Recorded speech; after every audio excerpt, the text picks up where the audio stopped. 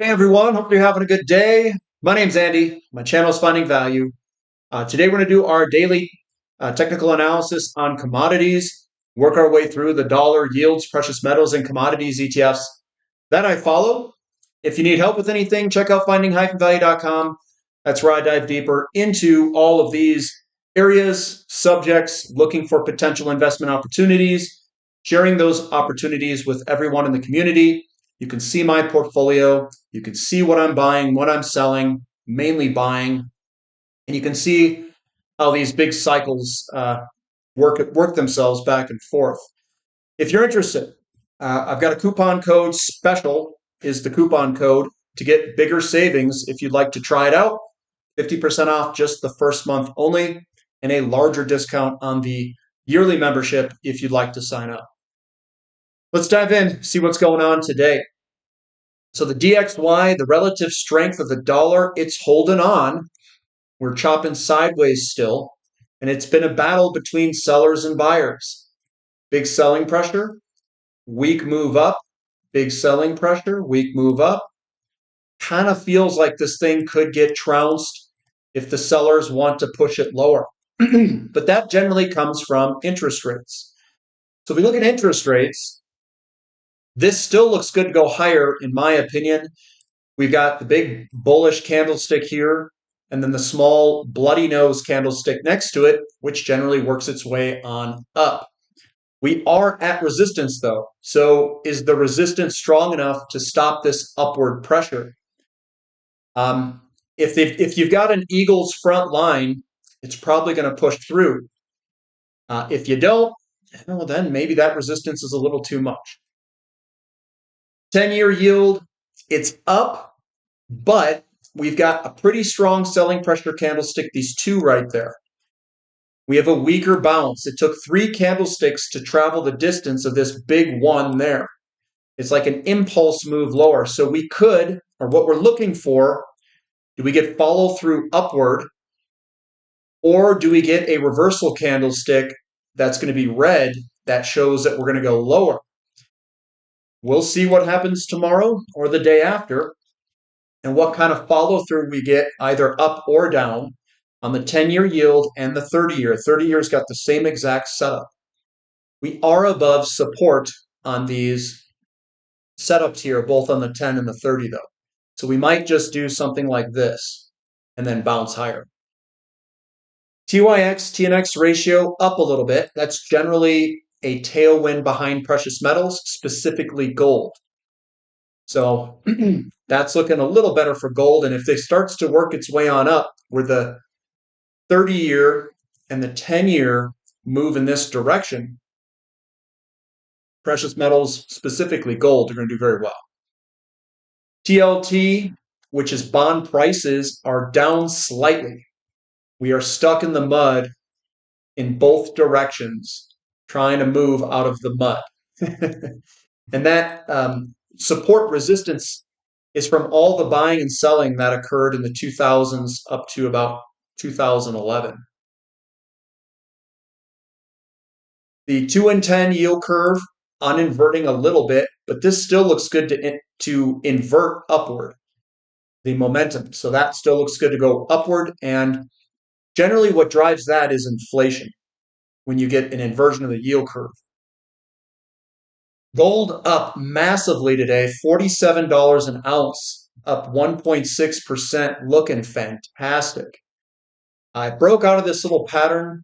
You can also draw it this way, that way, or this way. It doesn't really matter. What matters is it broke through some resistance in this general area. You can see we paused a little bit. And now we're off running again. Run, Forrest, run. So it looks pretty good, kind of like a box of chocolates, I guess, and it is ripping higher. Silver also up. Now, silver, I think, this is like, it's like a psycho ready to be released. It's ready to run. It's ready to rip. It's ready to do all those cool things. We're sitting on top of this pattern, that one. We're sitting on top of this big pattern. Yeah, that one. And then that is also a pattern of the monster pattern, which is your big cup and then your handle here. We're on top of this. So whenever you're sitting on these big patterns like that, you got to be bullish. And this is just a kind of a flag pattern that we've got going on. That's generally a continuation up. I would be very, very bullish on silver, like massively bullish. I mean, gold's already running, so silver's going to run. It's going to go. Platinum's also taken the steroids that gold is taking, and we're just underneath resistance. We've got that bloody nose. It got punched in the nose right at resistance there, which is the blue line. And we're ready to punch through here. When it goes, hopefully we get a run, Forrest, run box of chocolate moment, and we run all the way up. Sometimes these are pretty big runs, like this one when it broke out. It did a breakout, retest, and then it ran all the way up to 2,200 something bucks. If this were to do something similar, and we can do some cool stuff here, I'm just going to grab this breakout, the fractal here, and I'm just going to overlay it like that. And I'm not even going to do anything. Where do you think that ends up? I know you guys are interested, right? Where is it going to end up? Well, you're up at about $5,280 if the move is the same exact size as that. Now, is that going to be the case? Well, we can also do a fib extension on it. If this is wave 1 and we break out to wave 3, that would be a 2.618 move, which actually would be pretty similar to what I think will happen in just wave 3, perhaps.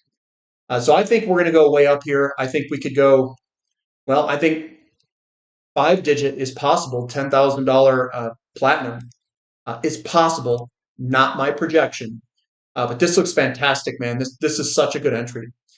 And then palladium also up today, 2.25%, kicking some butt. And so let's back out a little bit. Here's some good, strong support through here.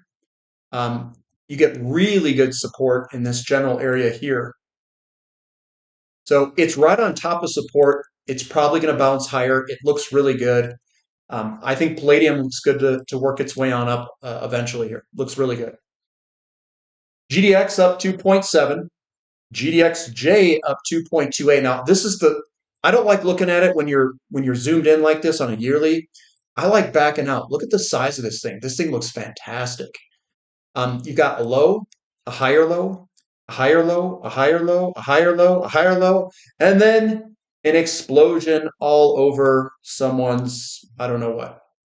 So this thing's ready to just rip. I think this is a good opportunity here to to look at junior mining.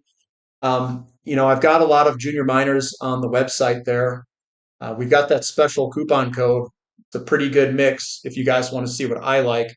I'm really particular with the companies and the juniors because they got to have the ounces in the ground. They got to. And one of the companies has a pretty good management team. So yeah, that's what I'll say there. SILJ. Again, silver hasn't broken out of that gigantic pattern. Remember the cup and handle? We broke out of the handle portion, but it still has one last breakout. I think that the silver junior mining companies, this is going to be a launching pad. This whole thing is going to end up being a launching pad to go way higher. Everyone is so they're in denial. There's so much doubt around mining companies. There's so much negative sentiment that I feel like I should just go buy some more. I mean, but when it does break, people are probably going to start buying it at 22 versus the price that was down here. But if you're part of the website and you guys bought in this corner here, pat yourself on the back. You probably just bought a generational bottom. And now all you have to do is hold. Hold, hold, hold, hold, hold. Wait for all this manipulation in gold and silver to get absolutely steamrolled, where they show gigantic fraud and all that crap. And then you can just start to squeeze this down because we're probably going way up here. Maybe even more than that. Who knows? It'll be a little launching pad to go all the way up to some ridiculous level. XAU to gold ratio. This is the reason, or one of the reasons, that we are going to get there. Gold, silver mining companies divided by gold, and you are sitting at generational lows, an anomaly in history. And some people are going to say, well, it hasn't broken technically on some of these charts. Guys, this is cheap. It is cheap. If you want to buy bottoms, you got to whip out those big balls and use them. You got to get in when it's cheap. I've already bought, so I'm already in. And then you got to ride it. You got to ride it. You got to block out all the crypto bros saying that gold is a historical, it's history, which it isn't. And hopefully for their part, for their sake, that them holding a bunch of digits is going to be worth something in the future. I don't know about that, but this looks fantastic, guys. This is a huge opportunity. And when these things start going, you're buying at a level that's absolutely off the page cheap. Crude oil up 2%. A lot of people are expecting this to go all the way down to $50, which is down here where basically very few companies make money at that price. I'm in the camp that this is probably going to break to the upside. We had a break here. We have a nice little retest that's been over pushed to the downside, and I think we're going to break out and work our way on up. And we're probably going to bottom here in February, right where we're at soon. Seasonality wise and driving, coming into summer driving season, that's generally when oil goes up. So, you can imagine $50 a barrel oil, or you can act at 72.50 here, where the oil to gold price or oil to gold ratio is 40-1, and that is incredibly cheap. And as gold continues to go higher, crude oil, which is left behind at this exact moment, we'll do a catch-up move eventually. I mean, a big catch-up move. And I think you're going to squeeze the ratio back to 15 or below, which is going to be a gigantic. The returns in these companies will be absolute mind-blowing. TTF gas breaking out from resistance. So if we take a longer picture view, you got this resistance line I drew across. Let me try to get some better candlesticks there. There we go. So there's that resistance line, and we're getting up above it. So Goose maybe hit the ejection handle here, and we were hitting that dome right there, and now we've broken out of it. So that looks good to potentially rip higher. There is the possibility that we could get a return move, close that gap before doing it. Natural gas in America up 4%, looking good. This is probably what's going to feed the LNG terminals, is the Henry Hub gas in America, and we're still below that resistance line. We will break through it eventually. Maybe it is the winter of next year. Maybe it's this summer. Our boy XOP, yeah, you know me. A lot of people bearish on XOP because of oil. Self-imagined importance of the $50 level that's stuck in some of those guys' brains. But we're on top of support. Support going here. Support going here. We were up 3.7% today. We are underneath resistance of the neckline. We break that neckline, we're going vertical, Goose. We're going vertical. And I can't tell you when that's going to occur. My guess is it's going to occur soon. I think this summer we'll probably break through it. But that is just a guess. OIH also up 2.9%. It looks good. We've got the big bullish engulfing here. Still looks good to work its way on up. And that's the energy service companies. We need oil to engage. So Top Gun, we need Maverick to engage. We need energy services, OIH, to engage here. Or oil, I should say oil. Newcastle Coal Futures down 1.8%. What the heck's going on here? Well, I guess it wants to do the full retest. It wants to go back and feel some support over here. Once we get that support and it starts to feel better, we'll turn and work our way on up. I'm a big coal bull. I know a lot of people think that natural gas is the future, which it is. But I also think that we're going to get short on energy at some point, and we're going to have to dip into the coal bin. Looking at Sprott Physical Uranium Trust, down 0.8%. The uranium guys on Twitter, they're all capitulating. This doesn't look that bad. I like how we've got this kind of that look like the surge higher, and then we slowly pulled on back. I don't like the bearish little engulfing there, but it's thinly traded. We're still in this big flag pattern, and eventually this is going to break people's hearts because they sold it aren't in it, and it's going to rip RIP to the upside. Uranium futures pricing down 0.72. Looks like it wants to do the full retest here. Put max frustration on the people who have uranium in their name on Twitter. And then it's going to do a reversal, go up and piss everyone off, and then they're going to have to chase it back into it. But they won't do that. They'll do it when it's right up here, you know, when this breaks up here. They'll do it like at this, and then they'll have another consolidation, and then they'll all be pissed off again. I just can't make money. Well, buy it down here and just don't do anything. Just stop selling. URA sideways, going sideways today. URNM down a teeny bit. There is a possibility that this gets one last flush because we did enter this from the top side down, and we've got a pennant formation that generally might have one last flush. If you're looking for a last flush, it's going to be a good time to buy. I'm going to buy some URNJ when that happens. If we get the last flush down here, I'm going to be looking for an entry point. And I'll share it with you guys on YouTube here, the entry point for URNJ. If you're looking for individual companies, I'll share that on the website. Copper just ripping up 2.4%, probably from all the tariffs. I heard Trump put a tariff on his mom, but she passed away, so it's not going to be active. But yeah, he's putting tariffs on everything. He's putting tariffs on me, on you, on countries that I probably can't even think of. And here we are going higher. I guess he really wants to push commodities to the moon. So let's do some tariffs on everything, I guess. COPX up 1.5%, moving on up a little bit. We'll see if we can get some momentum generated here. Iron ore up slightly, and this has broken that downtrend. This looks good to do a little bit of rippy. I'm kind of ready for this, guys. I'm ready. There's some steel companies today from tariffs up massively, like double digit, 10, 12, 13, 17. I don't know where it ended. It was up massively midday that we are in. Aluminum was also up pretty good too. And here's aluminum underneath that resistance. I guess Trump's trying to push this thing to the moon for aluminum, break through this resistance line. It looks real good to do that. We've got nickel also higher. The base metals are starting to engage. This looks good to work its way on up for nickel.